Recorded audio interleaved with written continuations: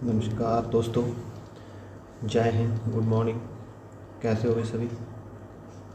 आज हम आपको करवाने जा रहे हैं गद्य विधा की एक जीवनी विधा। ठीक है, हमने इससे पहले पढ़ा कि आत्मकथा क्या होती है। आत्मकथा लेखक स्वयं लिखता है, वो आत्मकथा है। जीवनी किसी अन्य व्यक्ति के द्वारा किसी दूसरे महान व्यक्ति के बारे में लिखा जाता है तो जीवनी कहलाती है। जीवनी विशेष तौर पर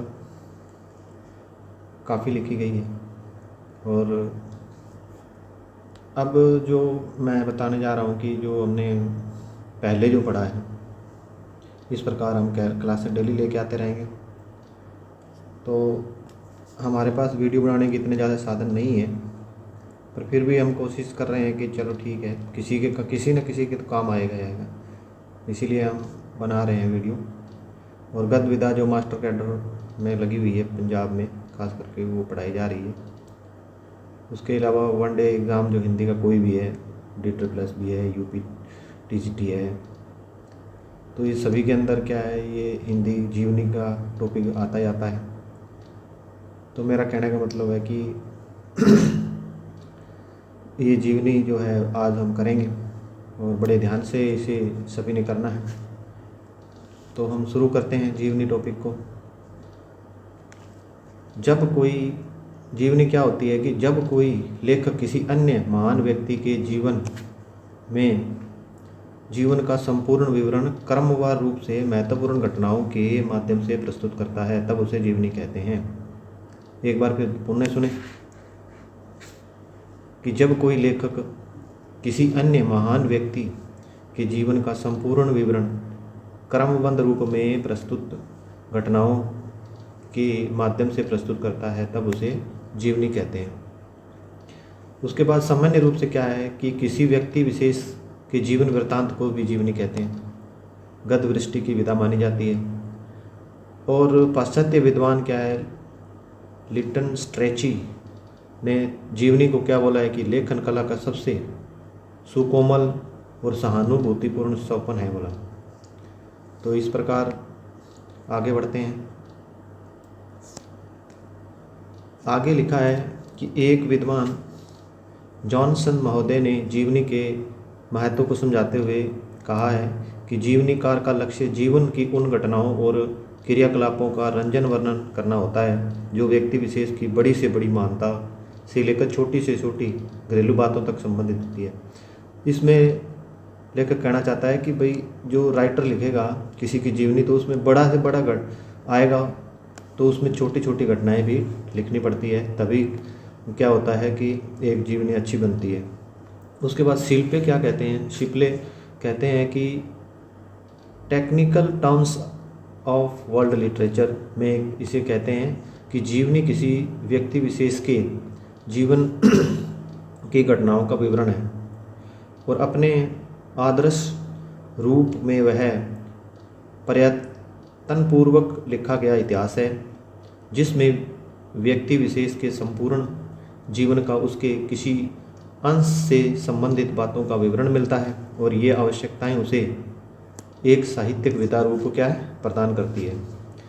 आगे लिखते हैं कि जीवनी में व्यक्ति एवं समाज से प्रेरित करने वाले जीवन चरित्रों का भी प्रकाशन होता है।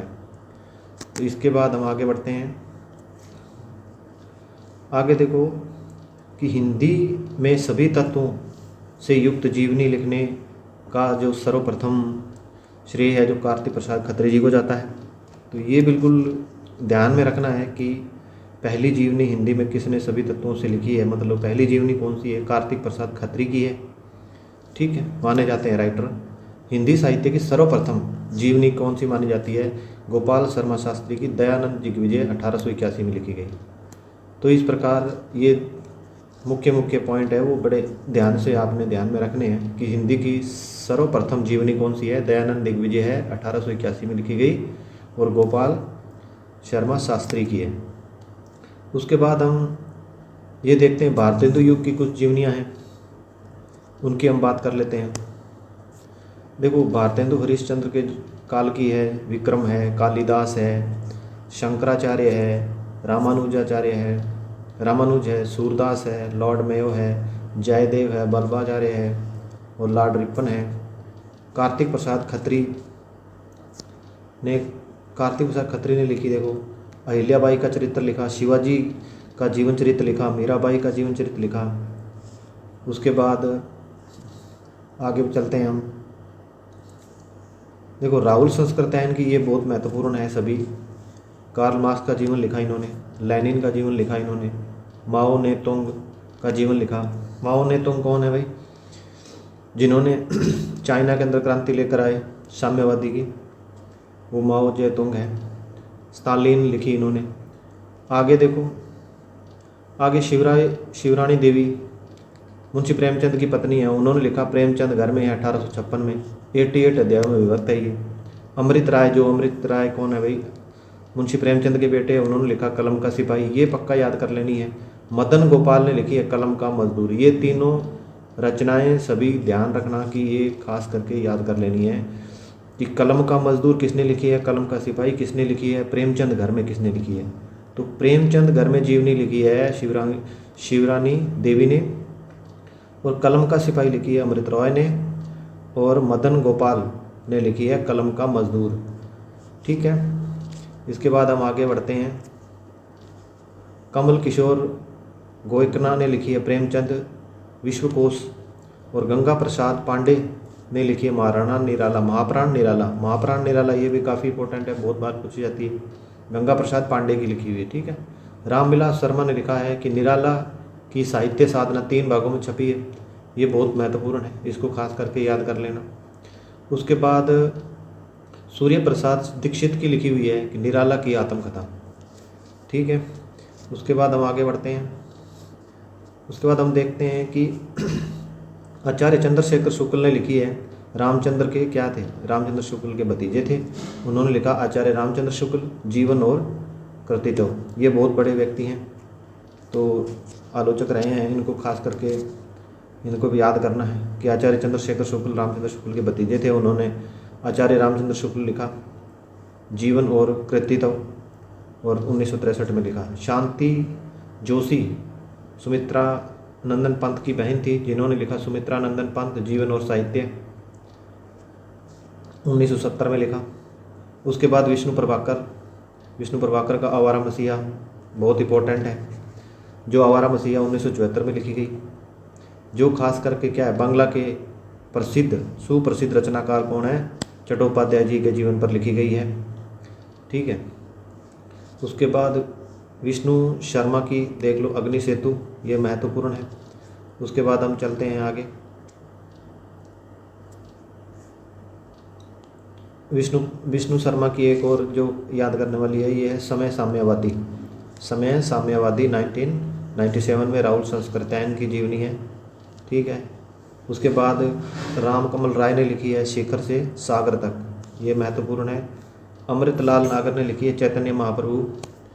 ठीक है, उसके बाद हम चलते हैं, जो महत्वपूर्ण है वही करवा रहे हैं, और ख़ास करके उनको कर लेना भाई, किसी व्यक्ति ने छोड़ना नहीं है। उसके बाद मोहन राकेश की लिखी हुई है आखिरी चट्टान तक 1953 में, ये महत्वपूर्ण है। उसके बाद